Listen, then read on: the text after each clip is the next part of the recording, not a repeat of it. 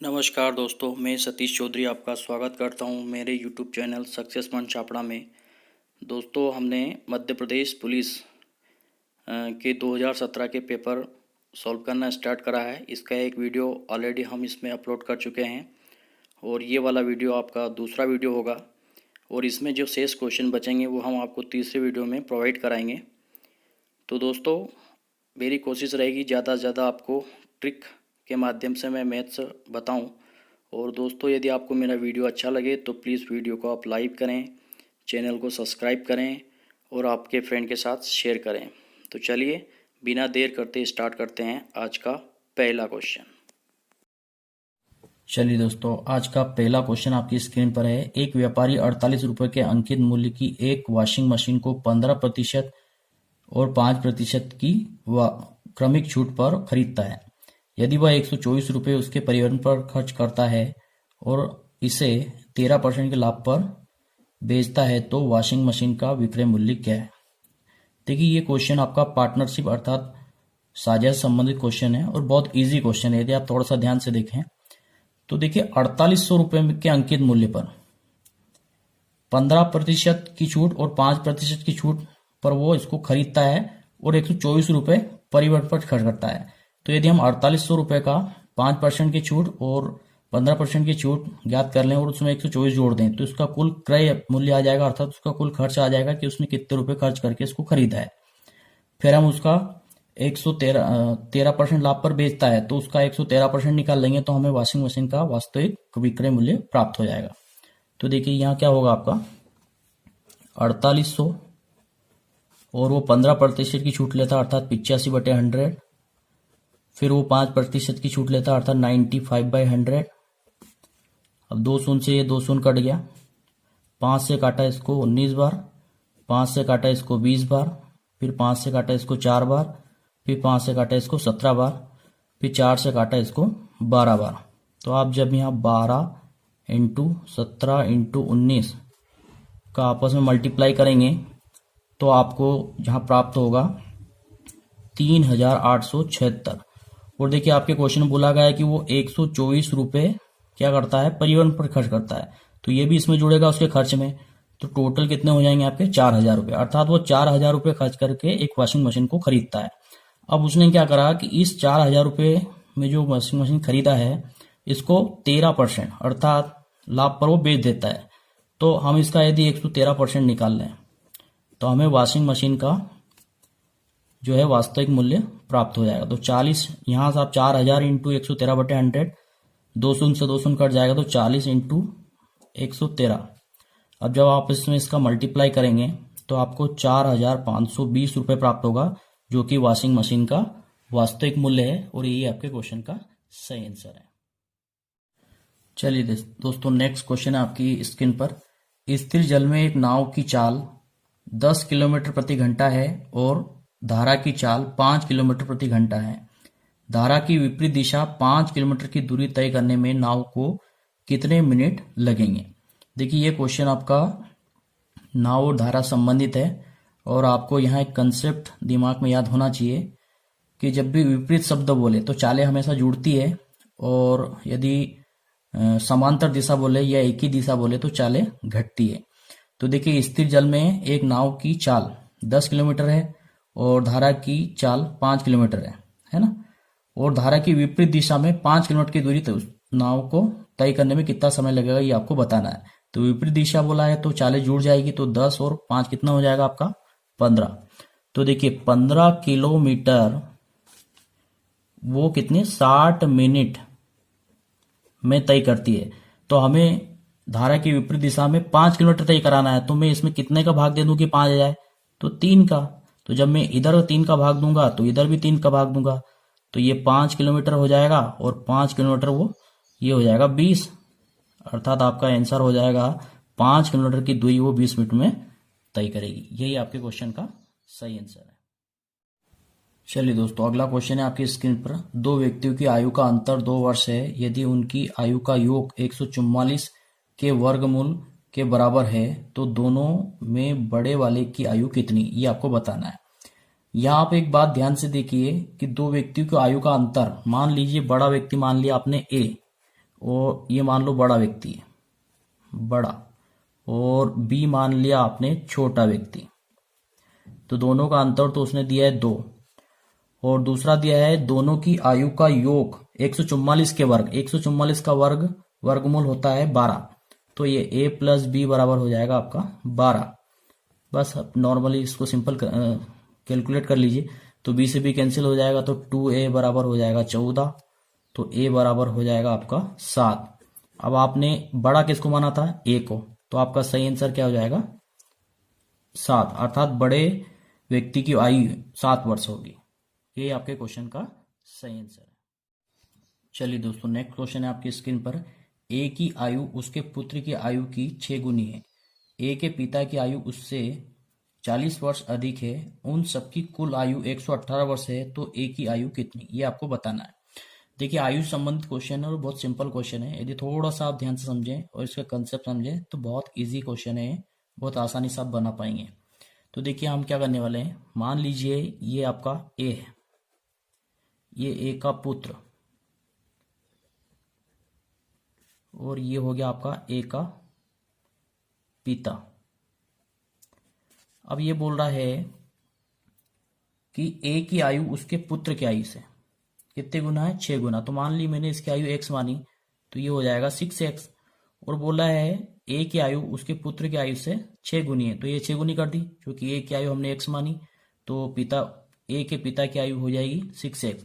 और जो ये ए है, सॉरी, ए का जो पुत्र है, इसके हमने x मानी है, तो इसकी जो ए की आयु 6x हो जाएगी, क्योंकि उसने 6 गुना बोला है।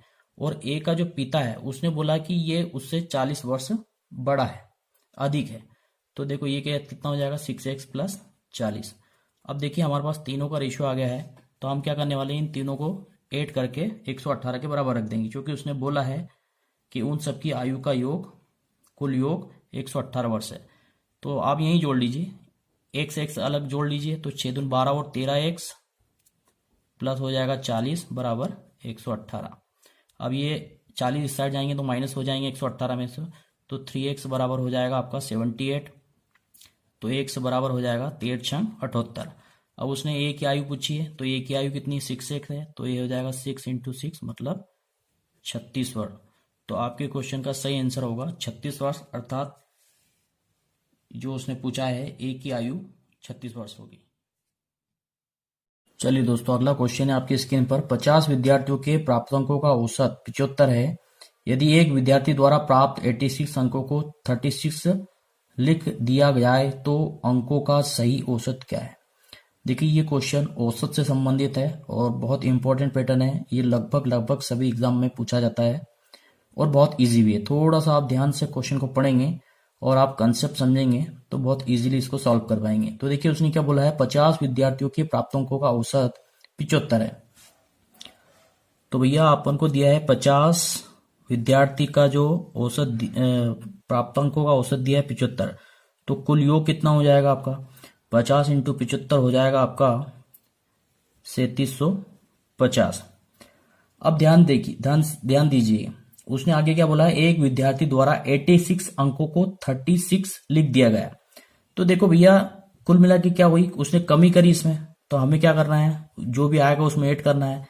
तो जो 86 लिखा था उसको हमें 36 लिखना है, तो 86 में से 36 माइनस कर दीजिए, तो आपके पास हो जाएगा 3750 प्लस ये हो जाएगा आपका 50, तो टोटल आ जाएगा आपका 3800। अब देखिए, अब हमें क्या करना है, सही औसत बताना है। तो कुल विद्यार्थी कितने थे आपके, 50 थे, तो औसत निकालने के लिए कुल योग बटे कुल संख्या, ये औसत का फॉर्मूला होता है, इससे कैंसिल हो जाएगा। और जब आप इसको 5 से डिवाइड करेंगे तो ये हो जाएगा 5 7 35, बचेगा 3, 5 6 30, तो उसका सही आंसर क्या हो जाएगा आपका 76, अर्थात जो अंकों का सही औसत हो जाएगा 76। यही आपके क्वेश्चन का सही आंसर है। चलिए दोस्तों, अगला क्वेश्चन है आपकी स्क्रीन पर। 15 लोगों के एक समूह में लोगों की औसत आयु 45 वर्ष है। 2 व्यक्तियों के निकल जाने पर औसत 5 बढ़ जाता है, तो निकलने वाले दोनों व्यक्तियों की औसत आयु कितनी है आपको बताना है। देखिए क्वेश्चन है इसमें, भले ही वर्ड इसने आयु शब्द यूज करा हो, बट ये है औसत का सवाल। तो हमें इसकी औसत आयु, दो व्यक्ति जो निकल गए उनकी औसत आयु निकालना है। तो बहुत सिंपल क्वेश्चन है, आप ध्यान से देखिए। 15 व्यक्ति की वो बोल रहा है जो औसत आयु 45 वर्ष है। तो जब आप इन दोनों का मल्टीप्लाई करेंगे तो 675 आएगा आपको। अब वो बोल रहा है कि 15 में से दो व्यक्ति निकल गए तो बचे 13। तो जो औसत है ना, औसत आयु मतलब आयु का जो औसत है उसमें 5 वर्ष बढ़ जाता है, तो ये 50 हो जाएगा। तो ये टोटल जो इन दोनों का मल्टीप्लाई करेंगे तो 13 पंजे 65, 650। अब देखिए ये पहले वाला औसत है, ये बाद वाला औसत, मतलब जब 15 व्यक्ति थे वो तब का औसत है, कुल औसत, कुल आयु। और जब दो व्यक्ति निकल गए तो यदि मैं इसमें से इसको घटा दूं तो मुझे वो दो व्यक्ति जो निकले उनका औसत मिल जाएगा।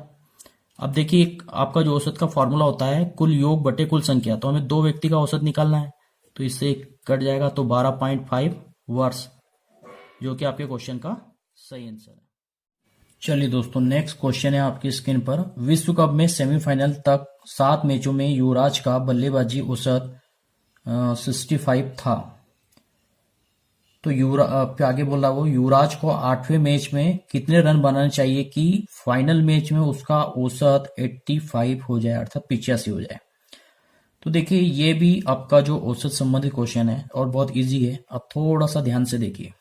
उसने बोला है विश्व कप में सेमीफाइनल तक 7 मैचों में युवराज का औसत, युवराज का बल्लेबाजी औसत 65 था। तो देखिए 7 मैचों में युवराज का जो बल्लेबाजी औसत था वो कितना था, 65। तो ये कितना हो जाएगा आपका, जब इसका मल्टीप्लाई करेंगे तो ये हो जाएगा आपका 455, है ना। अब देखिए ये तो 7वीं पारी का औसत है, तो 455 तो 7वीं पारी का है, और उसने पूछा 8वीं पारी में उसको कितने रन बनाना चाहिए, तो हमें पता नहीं कितने रन बनाना चाहिए। तो 7 पारी तो ये, और ये की हो गई 8वीं पारी, तो कुल संख्या बटे कुल योग बटे कुल संख्या, मतलब 8 पारी हो जाएगी। तो इतनी पारी में उसे कितने रन बनाने चाहिए कि उसका जो कुल औसत है वो 85 हो जाए। अब देखिए ये इक्वेशन मैंने जो जमाई में एक बार फिर से रिपीट कर देता हूं। उसने बोला है कि 7 मैचों में जो युवराज का बल्लेबाजी औसत है वो 65 है, तो टोटल मल्टीप्लाई करेंगे तो 455। ये 7वीं का हो गया। 8वीं का उसने हमसे क्या पूछा है कि 8वें मैच में कितने रन बनाने चाहिए, तो हमें नहीं पता कि वो कितने रन बनाएगा। तो टोटल 8 पारी हो गई, तो कुल संख्या बटे कुल योग, तो ये किसका फॉर्मूला होता, औसत का। और उसने हमें बोला है कि फाइनल मैच में उसको मतलब कितने रन बनाने चाहिए कि उसका जो फाइनल मैच में उसका औसत 85 हो जाए। तो औसत बराबर ये हो जाएगा। बस आप इसको नॉर्मली सॉल्व कर लीजिए आप। तो देखिए इसका मल्टीप्लाई इसमें करेंगे तो x बराबर, अब मैं यहाँ डायरेक्ट कर रहा हूँ, इसका मल्टीप्लाई इसमें करेंगे तो कितना हो जाएगा आपका 680, और माइनस ये उठ के इस साइड आएगा, तो माइनस कितना हो जाएगा 455। अब जब आप इसको सॉल्व करेंगे फाइनली तो आपको आंसर आएगा 225। अब इसमें से घटा लीजिए और यही आपके क्वेश्चन का सही आंसर है। अर्थात युवराज को फाइनल मैच में 225 रन बनाना चाहिए, तब जाकर उसका जो है औसत 85 हो जाएगा। चलिए दोस्तों, अगला क्वेश्चन है आपकी स्क्रीन पर। 90 किलोमीटर प्रति घंटे की चाल से चल रही ट्रेन को 75 मीटर लंबे प्लेटफॉर्म को पार करने में 8 सेकंड लगते हैं, तो ट्रेन की लंबाई आपको बताना है। तो देखिए हम जानते हैं चाल बराबर होता है आपके पास, चाल बराबर होता है दूरी, ये किसकी, जो प्लेटफॉर्म, ये मान लो ट्रेन की दूरी, अर्थात दूरी मतलब लंबाई, और दूसरी हमको उसने प्लेटफॉर्म की लंबाई दी है, और दूरी बटे क्या होता है, चाल बराबर दूरी बटे समय। बहुत सिंपल है। अब देखिए आपको चाल उसने दी है 90 और किलोमीटर, और आपका आंसर उसने पूछा है हमसे मीटर में। तो किलोमीटर को मीटर में बदलने के लिए हम 5/18 का मल्टीप्लाई करते हैं, ये आपको हमेशा याद रखना है। और जो उसने ट्रेन की लंबाई हमें पता नहीं है, क्योंकि ये हमें ज्ञात करना है, लेकिन प्लेटफॉर्म की लंबाई उसने हमें 75 मीटर दे रखी है। और समय आपको जो दे रखा है उसने 8 सेकंड दे रखा है। तो आपको दोस्तों एक बात याद रखना है, ये जो रेलगाड़ी है, दूरी, समय है, इस टाइप के सवाल में आपको ये एक बात जरूर ध्यान रखना है कि आपको जो दिया गया है सभी एक ही यूनिट में दिया गया। जैसे इसमें चाल किलोमीटर में दे दिया था, और बाकी जो ट्रेन की जो प्लेटफॉर्म की लंबाई है वो उसने 75 मीटर दे रखी थी। तो आपको ये कन्वर्ट करने अच्छे से याद होना चाहिए। तो मैं आपको लास्ट में, इस क्वेश्चन के लास्ट में बता भी दूंगा कि किसको कैसे हम कन्वर्ट करते हैं। तो चलिए हम इसको सोल्व करते हैं। तो 18 से इसको काटा मैंने 5 बार, तो ये हो गया 25, और 25 का मल्टीप्लाई इसमें करेंगे तो 200। अब ये 75 इस साइड जाएगा तो -75 बराबर x। तो x बराबर जो आपका आंसर आएगा, मतलब आपकी जो ट्रेन की लंबाई आएगी वो आएगी 125 मीटर, जो कि आपके क्वेश्चन का सही आंसर है। अच्छा, एक बात और आप जान लीजिए, यदि किलोमीटर से हमें मीटर प्रति सेकंड में, कोई भी जैसे चाल को किलोमीटर से मीटर प्रति सेकंड में कन्वर्ट करना है तो हम 5/18 का मल्टीप्लाई करते हैं, और यदि आपको मीटर प्रति सेकंड से किलोमीटर प्रति घंटे में कन्वर्ट करना है चाल को, तो आप 18/5 का मल्टीप्लाई करते हैं। ये 2 ट्रिक आप याद रख लीजिए, तो आपको इस टाइप के क्वेश्चन को सॉल्व करने में और अच्छे से सुविधा होगी और आप आसानी से बना पाएंगे।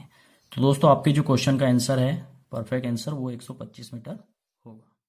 चलिए दोस्तों, अगला क्वेश्चन आपकी स्क्रीन पर 3 + 9 + 27 + 81 + 243 + 729 + 2187 + 6561। इसको नॉर्मली उसने बोला है कि संख्या का योग ज्ञात कीजिए, तो नॉर्मली इसका आपको ऐड करना है। तो जब आप इसको ऐड करेंगे तो फाइनली आपका जो आंसर आएगा 9840, जो कि आपके क्वेश्चन का सही आंसर है। दोस्तों, इसी में एक क्वेश्चन है आपका औसत का, और वो भी बहुत नॉर्मल क्वेश्चन है आपका। तो आपको औसत में क्वेश्चन नंबर 25 आपको इसी में बता रहा हूं। उसने बोला है कि 62 और 54, 44, 36 और 28 और 22 का औसत ज्ञात कीजिए। तो बहुत सिंपल है, नॉर्मली इसको जोड़ना ही है आपको। और औसत का फार्मूला क्या, औसत बराबर होता है कुल योग बटे कुल संख्या। तो संख्या तो हो गई आपकी कितनी, 2, 2, 4, 2, 6। तो इसको योग करके 6 से भाग दे देंगे तो हमें औसत मिल जाएगा। तो हम जोड़ लेते हैं, ये हो जाएगा 10, 16, 4, 20, 24 और 2, 26 का 6, हासिल आए 2, 2, 4, 3, 7, 11, 11, 5 हो जाएंगे आपके 16, 16 और ये हो जाएगा 22, 22 और 2 हो जाएंगे आपके 24। तो 246 आपका आया, और कुल संख्या कितनी, 6। जब इसमें आप भाग देंगे तो 6 चौक 24 और 6 कम 6 41, आपका इन संख्याओं का औसत प्राप्त होगा, जो कि आपके क्वेश्चन का सही आंसर है। तो ये दोनों क्वेश्चन आपको, जो फर्स्ट का आंसर आएगा आपका 9840 और दूसरे का आएगा आपका 41।